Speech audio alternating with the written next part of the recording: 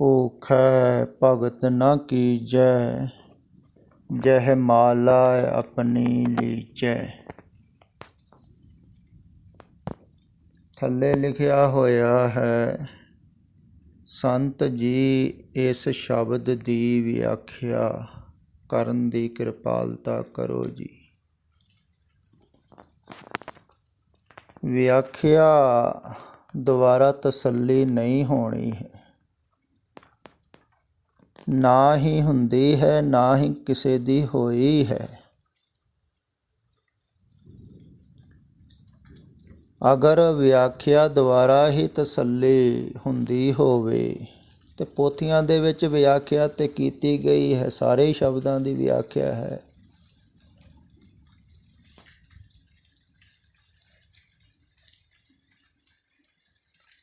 ਤੇ ਵਿਆਖਿਆ ਦੁਆਰਾ ਸ਼ਬਦਾਂ ਦੇ ਅਰਥ ਸਮਝ ਵਿੱਚ ਆ ਜਾਂਦੇ ਹਨ,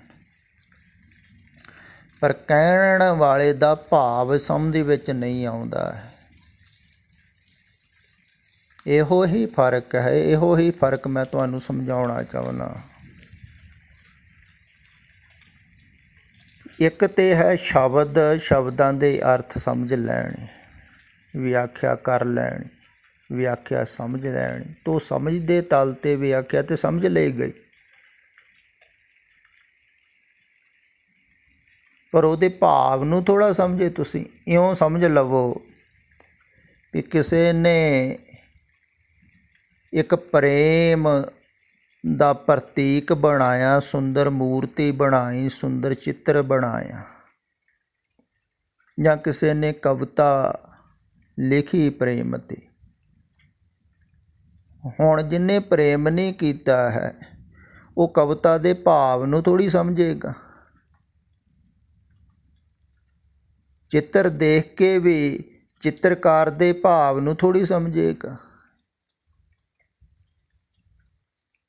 ਪਰ ਦੁਨਿਆਵੀ ਤਲ 'ਤੇ ਫਿਰ ਵੀ ਸਮਝ ਵਿੱਚ ਆਉਂਦਾ ਹੈ, ਪਰ ਅਧਿਆਤਮਿਕ ਤਲ 'ਤੇ ਬਿਲਕੁਲ ਸਮਝ ਨਹੀਂ ਸਕਦੇ ਹੋ ਤੁਸੀਂ, ਸਿਰਫ ਸ਼ਬਦ ਸਮਝ ਕੇ ਹੀ।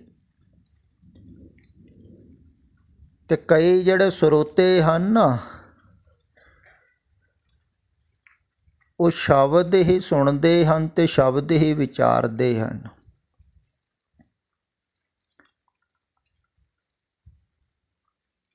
ਤੇ ਸ਼ਬਦ ਅਗਰ ਉਹਨਾਂ ਨੂੰ ਚੰਗੇ ਲੱਗਦੇ ਹਨ, ਵੀ ਠੀਕ ਗੱਲ ਕਹੀ ਹੈ ਇਹਨਾਂ ਨੇ, ਕਈਆਂ ਨੂੰ ਪਹਿਲੇ ਸੁਣ ਕੇ ਬੜੀਆਂ ਠੀਕ ਲੱਗਦੀਆਂ ਹਨ ਗੱਲਾਂ,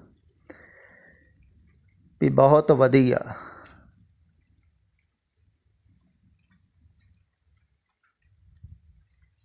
ਪਰ ਜਿੰਨਾ ਚਿਰ ਉਹਨਾਂ ਦੀ ਬੁੱਧੀ ਦੇ ਨਾਲ ਤਾਲਮੇਲ ਖਾਂਦੀਆਂ ਹਨ, ਉਹਨਾਂ ਚਿਰ ਵਧੀਆ ਹੁੰਦੀਆਂ। ਜਾਂ ਜਿਹਨੂੰ ਧਰਮ ਨੂੰ ਉਹ ਮੰਨਦੇ ਹਨ, ਉਹਦੇ ਮੁਤਾਬਕ ਹੁੰਦੀਆਂ ਹਨ ਤੇ ਬਹੁਤ ਵਧੀਆ ਲੱਗਦੀਆਂ ਹਨ ਉਹਨਾਂ ਨੂੰ। ਤੇ 99 ਅਗਰ ਵਧੀਆ ਲੱਗੀਆਂ ਨਾ, ਇੱਕ ਘਟੀਆ ਲੱਗੀ ਵਿੱਚੋਂ, ਇੱਕ ਉਹਨਾਂ ਦੀ ਬੁੱਧੀ ਨਾਲ ਤਾਲਮੇਲ ਨਾ ਖਾਈ,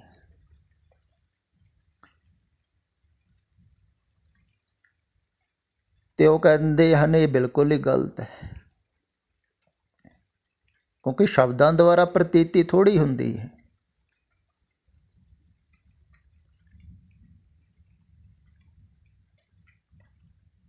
ਤੇ ਸ਼ਬਦ ਤੇ ਹਰ ਇੱਕ ਦੇ ਹੀ ਖੰਡਨ ਕੀਤੇ ਜਾ ਸਕਦੇ ਹਨ। ਹੁਣ ਜਿਵੇਂ ਇਹ ਕਬੀਰ ਜੀ ਦਾ ਵੀ ਸ਼ਬਦ ਹੈ, ਤੇ ਬਹੁਤਿਆਂ ਦੇ ਖਿਆਲ ਵਿੱਚ ਉਦੋਂ ਆਉਂਦਾ ਹੈ ਜਦੋਂ ਕਿਹਾ ਜਾਂਦਾ ਹੈ ਵੀ ਮੰਗਣਾ ਨਹੀਂ।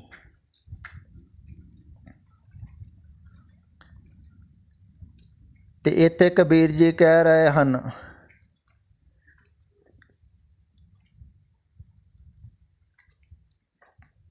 ਵੀ ਨਾ ਦੇਹੋ ਤਾਂ ਲੇਹੋ ਮੰਗੇ, ਆਪ ਨਾ ਦੇਹੋ ਤਾਂ ਲੇਹੋ ਮੰਗੇ।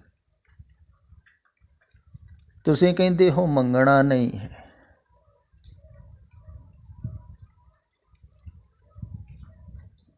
ਤੇ ਇੱਥੇ ਮੰਗਣ ਦੀ ਗੱਲ ਕਹੀ ਗਈ। ਪਰ ਕਬੀਰ ਜੀ ਦੇ ਸ਼ਬਦ ਨੂੰ ਉਸੇ ਬਾਣੀ ਦੇ ਅੰਦਰ ਹੀ ਗੁਰੂ ਸਾਹਿਬ ਜੀ ਵੀ ਖੰਡਨ ਕਰਦੇ ਹਨ। ਕਹਿੰਦੇ ਹਨ ਮੰਮਾ ਮਾਂਗਨ ਹਾਰ ਏ ਆਨਾ, ਦੇਨਹਾਰ ਦੇ ਰਹੇ ਹੋ ਸੁਜਾਨ। ਵੀ ਜਿਹੜਾ ਮੰਗਣ ਵਾਲਾ ਹੈ ਉਹ ਆਣਾ ਹੈ, ਉਹ ਬੇਸਮਝ ਹੈ, ਉਹਨੂੰ ਸਮਝ ਹੀ ਨਹੀਂ ਕਿਹਦੇ ਕੋਲ ਮੰਗ ਰਿਹਾ, ਜਿਹੜਾ ਸਾਰਾ ਕੁਛ ਹੀ ਦੇ ਰਿਹਾ। ਤੇਰੇ ਪੈਦਾ ਹੋਣ ਤੋਂ ਪਹਿਲਾਂ ਹੀ ਰਿਜ਼ਕ ਦਿੱਤਾ ਹੈ ਉਹਨੇ, ਤੇ ਹਰ ਸਮੇਂ ਦੇ ਰਿਹਾ ਹੈ।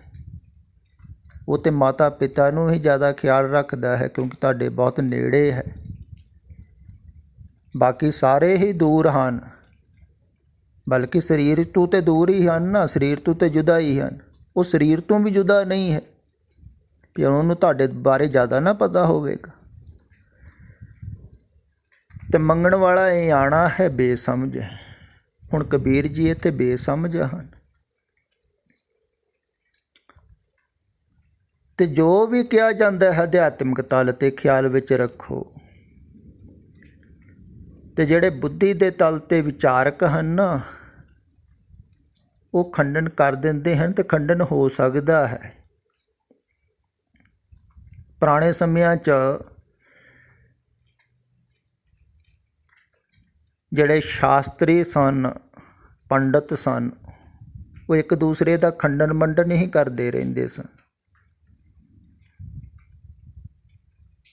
ਤੇ ਤਰਕ ਦੁਆਰਾ ਖੰਡਨ ਕਰਕੇ ਮਿਲਦਾ ਥੋੜ੍ਹੀ ਕੁਝ ਹੈ।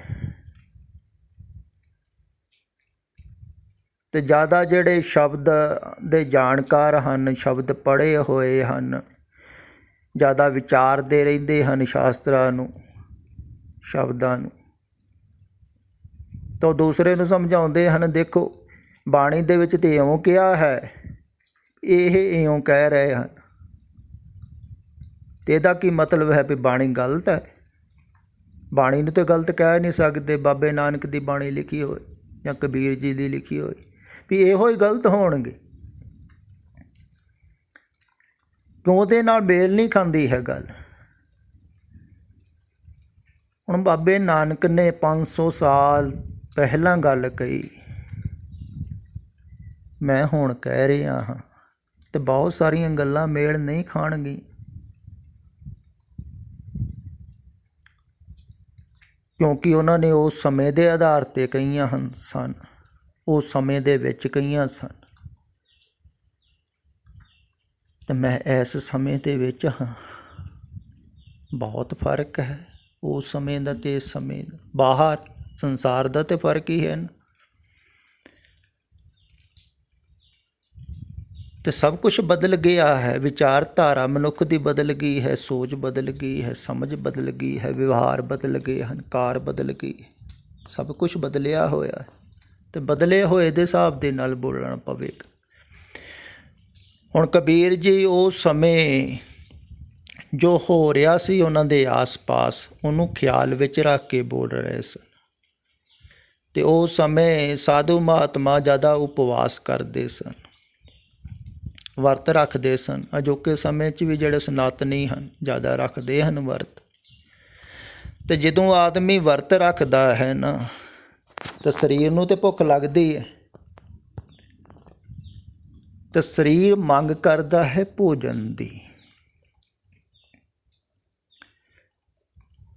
ਅਤੇ ਲੱਖ ਤੁਸੀਂ ਸਰੀਰ ਵੱਲੋਂ ਮਨ ਨੂੰ ਹਟਾਓ, ਪਰ ਜਦੋਂ ਅੰਦਰ ਭੁੱਖ ਲੱਗੀ ਹੋਵੇ ਅਤੇ ਕਾਲਜੇ ਨੂੰ ਧੂ ਪੈਂਦੀ ਹੈ, ਅਤੇ ਵਾਰ-ਵਾਰ ਖਿਆਲ ਆਉਂਦਾ ਹੀ ਹੈ ਨਾ ਭੋਜਨ ਦਾ।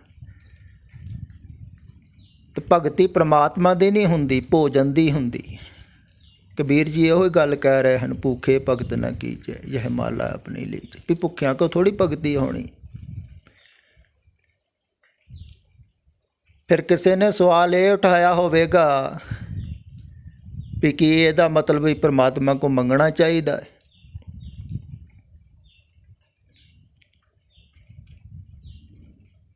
ਤੇ ਕਬੀਰ ਜੀ ਨੇ ਕਿਹਾ ਵੀ ਮੰਗਣਾ ਠੀਕ ਹੈ, ਪਰ ਓਨਾ ਕੁ ਜਿੰਨਾ ਕੁ ਸਰੀਰ ਨੂੰ ਲੋੜ ਹੈ।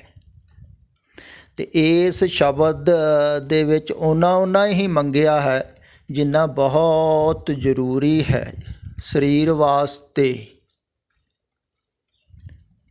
ਅਤੇ ਕਬੀਰ ਜੀ ਹੇਠਲੀ ਪੰਕਤੀ 'ਚ ਇਹ ਕਹਿੰਦੇ ਹਨ ਵੀ ਇਹ ਸਰੀਰ ਵਾਸਤੇ ਜੋ ਜ਼ਰੂਰੀ ਹੈ ਨਾ ਓਨਾ ਕੁ ਹੀ ਮੰਗਣਾ ਹੈ, ਅਤੇ ਜਿਹਦਾ ਮਨ ਮੰਨ ਗਿਆ ਓਨੇ 'ਤੇ ਹੀ ਮਨ ਮਾਨਿਆ ਤਉ ਹਰਿ ਜਾਨਿਆ। ਕਹੇ ਕਬੀਰ ਮਨ ਮਾਨੀ, ਅਗਰ ਮੰਨ ਗਿਆ ਤੁਹਾਡਾ ਮਨ ਵੀ ਓਨਾ ਕੁ ਹੀ ਜਿੰਨਾ ਕੁ ਸਰੀਰ ਨੂੰ ਜ਼ਰੂਰੀ ਹੈ, ਸਰੀਰ ਦੀ ਲੋੜ ਮੁਤਾਬਕ, ਸਰੀਰ ਨੂੰ ਜਿੰਦਾ ਰੱਖਣ ਵਾਸਤੇ, ਪਰਮਾਤਮਾ ਦੀ ਭਗਤੀ ਕਰਨ ਵਾਸਤੇ ਓਨਾ ਕੁ ਚਾਹੀਦਾ ਹੈ। ਹੁਣ ਕਬੀਰ ਜੀ ਨੇ ਇੱਥੇ ਕੋਈ ਮਹਿਲ ਨਹੀਂ ਮੰਗੇ ਹਨ, ਕੋਈ ਰਾਜ ਭਾਗ ਨਹੀਂ ਮੰਗਿਆ ਹੈ। ਇੱਕ ਸੰਦੇਸ਼ ਹੈ, ਇੱਕ ਉਪਦੇਸ਼ ਹੈ ਵੀ ਅਗਰ ਕੁਛ ਵੀ ਨਹੀਂ ਹੈ ਤੇ ਐਸਾ ਨਹੀਂ ਹੈ ਵੀ ਮੰਗਣਾ ਨਹੀਂ ਹੈ। ਫਿਰ ਲੋੜ ਤੋਂ ਵੱਧ ਮੰਗਣਾ, ਸਰੀਰਕ ਲੋੜ ਤੋਂ ਵੱਧ ਮੰਗਣਾ, ਉਹ ਹੈ ਵਾਸ਼ਨਾ। ਉਹਨੂੰ ਕਹਿੰਦੇ ਹਨ ਲੋਭ। ਲੋਭ ਲਹਿਰ ਅਤ ਨੀਜਰ ਵਾਜੈ, ਕਾਇਆ ਡੂਬੈ ਕੇਸ ਸੰਸਾਰ ਸਮੁੰਦੇ ਤਾਰ, ਗੋਬਿੰਦੇ ਤਾਰ ਲੈ ਆਪ ਬੀੜ।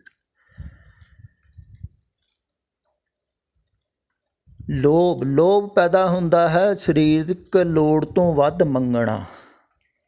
ਤਾਂ ਸਰੀਰਕ ਜ਼ਰੂਰਤਾਂ ਤਾਂ ਤਕਰੀਬਨ ਸਾਰਿਆਂ ਦੀਆਂ ਪੂਰੀਆਂ ਹੋਈਆਂ ਹਨ, ਤਾਂ ਉਸ ਤੋਂ ਵੱਧ ਜਿਹੜਾ ਮੰਗਦਾ ਹੈ ਉਹ ਵਾਸ਼ਨਾਗ੍ਰਸਤ ਹੈ, ਉਹ ਮਾਨਸਿਕ ਰੋਗੀ ਹੈ। ਇਹ ਗੱਲ ਖਿਆਲ ਵਿੱਚ ਰੱਖੋ। ਤੇ ਕਬੀਰ ਜੀ ਦੇ ਭਾਵ ਨੂੰ ਸਮਝਣਾ ਹੈ।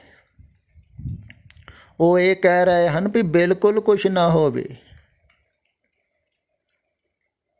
ਤੇ ਸਰੀਰ ਜੋਗਾ, ਸਰੀਰ ਦੇ ਨਿਰਵਾਹ ਵਾਸਤੇ ਇਹੋ ਹੀ ਗੱਲ ਬੋਧੀ ਤੇ ਜੈਨੀ ਕਹਿੰਦੇ ਹਨ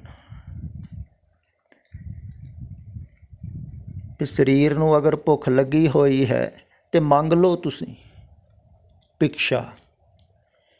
ਹੁਣ ਦੇਣ ਵਾਲਾ ਵੀ ਪ੍ਰਮਾਤਮਾ ਹੀ ਹੈ ਭਿਕਸ਼ਾ,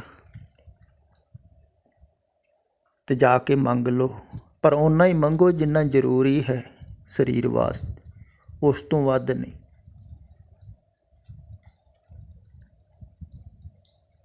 ਤਾਂ ਉਹਨਾਂ ਨੇ ਪਰਿਗ੍ਰਹਿ 'ਤੇ ਜ਼ੋਰ ਦਿੱਤਾ ਹੈ ਵੀ ਇਕੱਠਾ ਨਹੀਂ ਕਰਨਾ।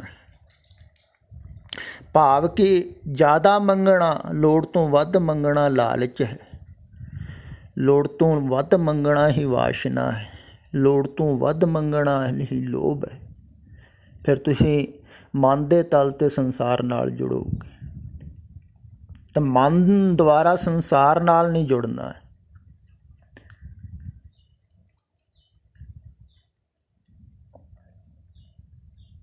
ਤੇ ਸਰੀਰ ਦੀ ਜ਼ਰੂਰਤ ਹੈ ਜਿੰਨਾ ਕੁ, ਓਨਾ ਕੁ ਮੰਗਣਾ ਹੈ।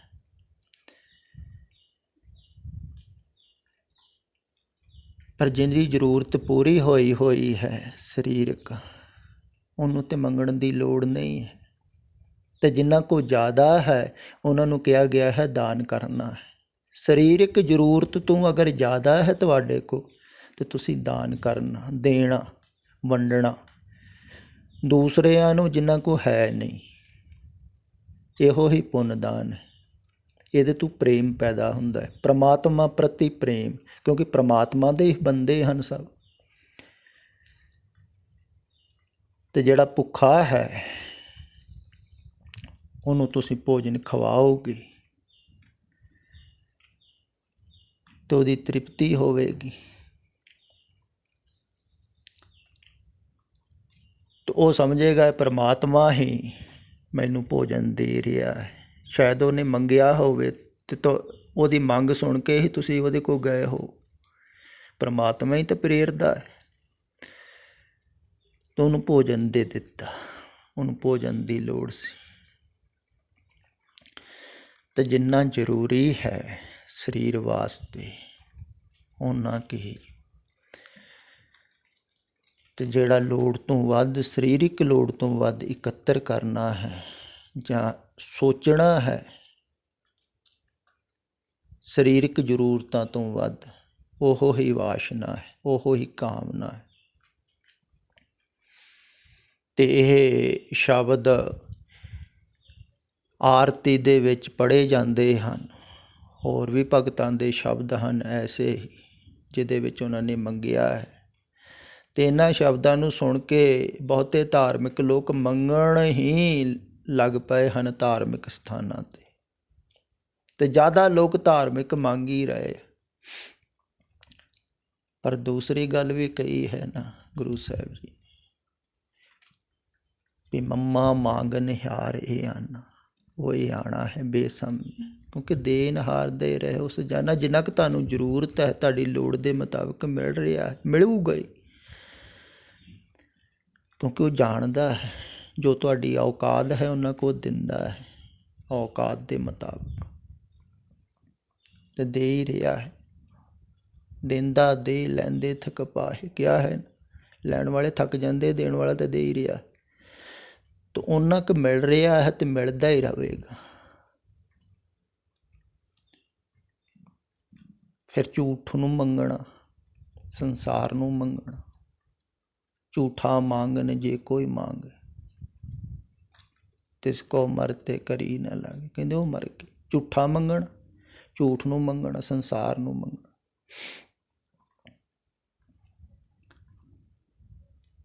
ਤਾਂ ਉਹਨੂੰ ਮਰਿਆ ਹੋਇਆ ਵੀ ਕਿਹਾ ਹੈ।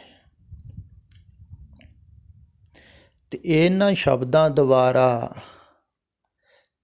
ਸਿਰਫ ਸੰਕੇਤ ਦਿੱਤੇ ਜਾਂਦੇ ਹਨ, ਉਪਦੇਸ਼ ਦਿੱਤੇ ਜਾਂਦੇ ਹਨ ਵੀ ਤਾਂ ਕਿ ਤੁਸੀਂ ਥੋੜ੍ਹਾ ਜਿਹਾ ਖਿਆਲ ਰੱਖੋ ਵੀ ਬਾਹਰ ਮੁਖ ਨਹੀਂ ਹੋਣਾ ਹੈ, ਅੰਤਰਮੁਖ ਹੋਣਾ ਹੈ। ਭੁੱਖੇ ਰਹਿ ਕੇ ਭਗਤੀ ਨਹੀਂ ਹੋਵੇਗੀ, ਭੁੱਖ ਦੇ ਵਿੱਚ ਪਰਮਾਤਮਾ ਚੇਤੇ ਨਹੀਂ ਆਵੇਗਾ, ਭੋਜਨ ਚੇਤੇ ਆਵੇਗਾ, ਅਤੇ ਓਨਾ ਕੁ ਖਾਣਾ ਹੈ ਜਿੰਨਾ ਕੁ ਸਰੀਰ ਨੂੰ ਲੋੜ ਹੈ, ਤਾਂ ਕਿ ਸਰੀਰ ਚੱਲਦਾ ਰਹੇ ਅਤੇ ਸਹੀ ਢੰਗ ਦੇ ਨਾਲ ਪਰਮਾਤਮਾ ਦਾ ਭਜਨ ਹੁੰਦਾ ਰਹੇ। ਅਤੇ ਇਹ ਸ਼ਬਦਾਂ ਦੀ ਵਿਆਖਿਆ ਦੁਆਰਾ ਪ੍ਰਤੀਤੀ ਨਹੀਂ ਹੋਣੀ ਹੈ, ਜੋ ਕਿਹਾ ਗਿਆ ਹੈ ਨਾ ਉਹਦੇ ਭਾਵ ਵਿੱਚ ਉਤਰ ਕੇ